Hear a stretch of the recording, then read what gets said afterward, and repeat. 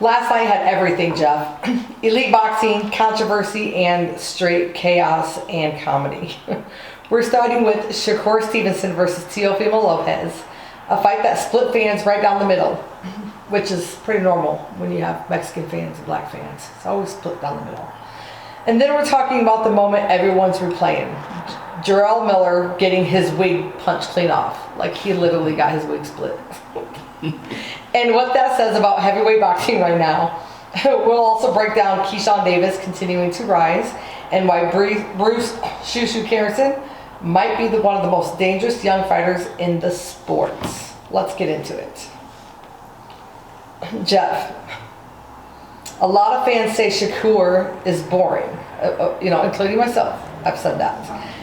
As a trainer, do you see defensive mastery or lack of urgency? I see defensive mastery. I think that Shakur is a very, very great defensive fighter. I think that sometimes he can be boring because the one thing with him is that he likes to back up.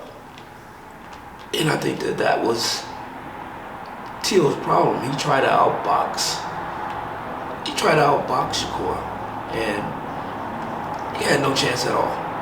No, I think his percentage was like 14 or 15% compared to Shakur's last night. Like his stats. Shakur really beat him. It was like really beat him with just his jab most of the time. He beat him with his jab. So would you say Teofimo had a real game plan, or was he reacting all night? I think that Teo thought that he could box just as good as Shakur, but he couldn't. No matter what he did, he wasn't going to be a better boxer than Shakur. So I think that was the problem. That was his problem, is thinking that he could outbox him. So did Shakur win the fight, or did Teofimo lose it? Shakur won the fight. I mean, he dominated the fight. I mean, it wasn't close at all. I mean, he won one round. Right. And that was around when Shakur was resting. But do you think that Shakur won the fight because clearly he was the more skilled boxer, but do you think that Shakur won the fight because he did fight? I mean, there was a big improvement last night in Shakur's performance compared to Shakur's last fight even. I mean, yeah. Or because Teo just didn't have a game plan and didn't put in as much work. No, the thing is this. I think that Shakur did what Shakur always do. So, I don't think that Teo didn't come in there with no game plan. I would say that, but I think that Shakur just outsmarted him in every single way. And from a trainer's eye, what was Teofimo's biggest mistake? I think that Teo's biggest problem was that he couldn't get past Shakur's jab. If he was able to move his head and get past the jab, he probably could have landed something, but he couldn't hardly land nothing because of the fact that he could not get past Shakur's jab. There's a lot of talk about Teo's dad, right? The lack of, I should say, advice that he was giving him in the corner. If you were in Teofimo's corner, what adjustment would you have demanded by round 5? I think that I would tell Teo he would have to force Shakur to the ropes and to even have a chance at all. And once he gets on the ropes, but the problem was that Teo didn't know how to cut the ring off. If he don't know how to cut the ring off, it don't make no difference. The same thing was going to happen. All right, that's true.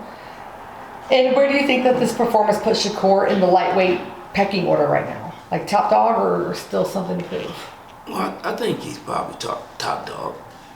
I mean, he showed, this time Shakur showed more than him just backing up. He walked forward against a guy that was bigger than him, and he dominated him. All right. So I mean, you were right. So you were right on your prediction and exactly how the fight was going to go. So I was wrong on that one. Everyone. Hey now, I'm right sometimes. I'm right when I agree with you. When Okay. when I have the same fighter. Same fighter as you. I'm right. So let's just for a quick second talk about Jarrell Miller getting his wig, like literally got his wig split. To me, that was the most entertaining part of the fights. Out of all the fights, that fight will be remembered the most. I think that's going to go down in boxing history. I've never seen nobody in boxing with a wig on. Ever. In my life. That shit, we were cracking up so hard we were crying. That was so funny. And all of the memes circulating the internet today. Oh my God. Yeah, but he kind of like went along with it afterwards because it was already out there. There's nothing he can do to like say, oh well. But his hair looks so nice until the damn wig came off.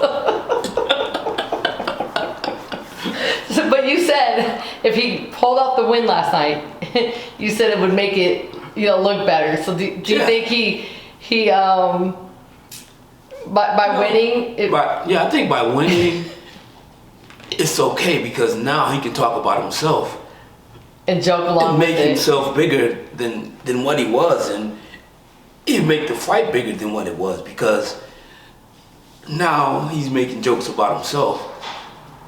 But realistically, if he would have lost, he wouldn't have that chance to be doing that, and people would just be like, it would be more "What was this embarrassing. dude? What was this dude thinking?" Right. maybe the toupee coming off helped him win the fight. Maybe then he, like you said, you said it lit the fire under him last night. Maybe so. Never seen nothing like that, and I don't think boxing will never see that happen again because I don't think nobody gonna wear a wig after they seen that fight. Okay, let's go on. Let's move on to Keyshawn Davis, his performance. Keyshawn looked really sharp. What impressed you the most last night? Like his timing, his patience, his killer instinct. What is your perspective on that fight? I think that Keyshawn patience was the biggest factor in the fight because he was fighting the guy, and the guy was good too. But Keyshawn kept working, and finally caught him. And when he caught him, he let him have it, and that was basically the end of the fight. So how dangerous is he stylistically, like for the current crop of lightweights? Well, he's a very good fighter. I think he's probably one of the top young fighters out there today. And I think that his future is very, very bright.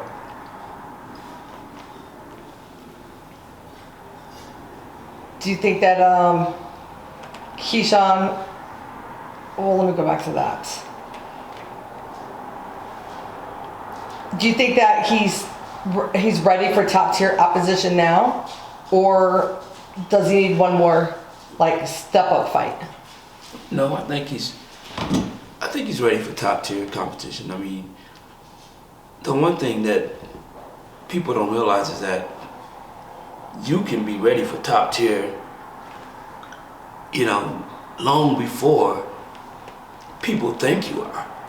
And I think that Keyshawn's been ready for top tier already. It's just the fact that it's a process and where you have to get to that point didn't get that fight. But I think that he's been ready.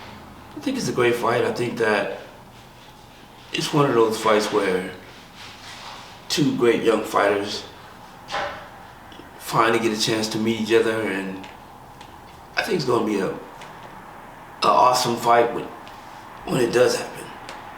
I mean, they're both very good, and I think it's one of those fights that should happen, and when it happens, I'm gonna be watching. I'm gonna watch it too. Okay, let's move on to the Bruce Shu Shu Carrington versus Carlos Castro fight. I think to me that was probably my favorite fight. Shu Shu keeps, passing tests. What do you think separates him from other prospects right now? Well, I mean, Shu Shu is another great young fighter. I mean, there's so many young, talented fighters that's out there now, and he's one of the top that's out there too. And he seems to be getting better and better with each fight. I mean, he stayed on top of that guy and was continuing to do what he needs to do the whole entire time. But he didn't give up on himself and actually got the job done in the last round. So Shu Shu just became a world champion. He was so emotional. It was like such a good moment for him. What did that 9th round knockout tell you about him at championship level? Well, I mean, it showed that he didn't give up on the process of trying to get that guy out of there. And we finally got him out of there. And now that he has the belt, what do you think is the biggest danger for him? Like complacency, tougher competition, or expectations? Well, I think that he's gonna be fine. I think that he has talent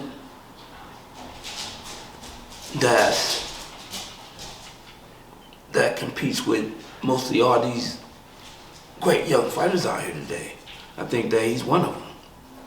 So I think that it's going to be a long time before anybody beats him, or if he ever even gets beat. I don't know. But I think that he's a great fighter. Technically, what separates Shu Shu Carrington from other champions in his division right now? Well, I mean, he's a good puncher, and his punches are very, very accurate. And I think that that's one thing. And he's hungry. He's hungry. He's one of those young hungry champ. And I think that in himself is going to make his journey to stay on the top be on the top for a long time. Yeah, I think winning that belt is actually going to light some more fire under him. I think so. Yeah. Okay, well, last night showed us everything about boxing, like skill over hype and discipline over noise, and who's really built, for the long run. I think a lot of people that was predicting Teo ended up being a surprise last night. And some fighters raised their stock. Some exposed holes and left us with more questions than answers. So drop a comment and tell us where you disagree. Shakur's performance, Teofimo's future, Shu Shu as a champion, or Keyshawn's rise. We need them all. Let us know. And you stole the show. Huh? I said Miller stole the show. Oh! He did. He stole the show. He stole the spotlight. But please subscribe to my new YouTube channel. If you want real boxing breakdowns from Jeff Mayweather, make sure you subscribe. We've got more fight reactions, gym talk, and real insight coming. Thank you.